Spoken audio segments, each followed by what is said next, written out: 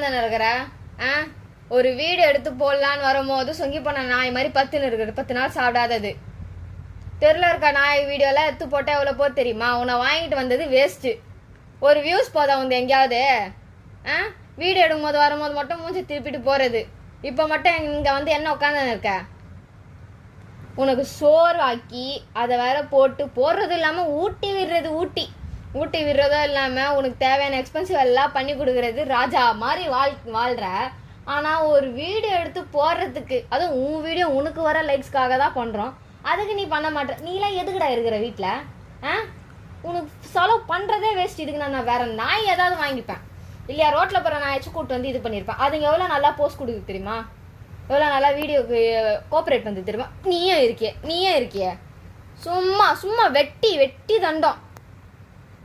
போ எங்கேயாவது போ. நீ முத நீ வீட்டை விட்டு வெளியே போ. நீ எங்களுக்கு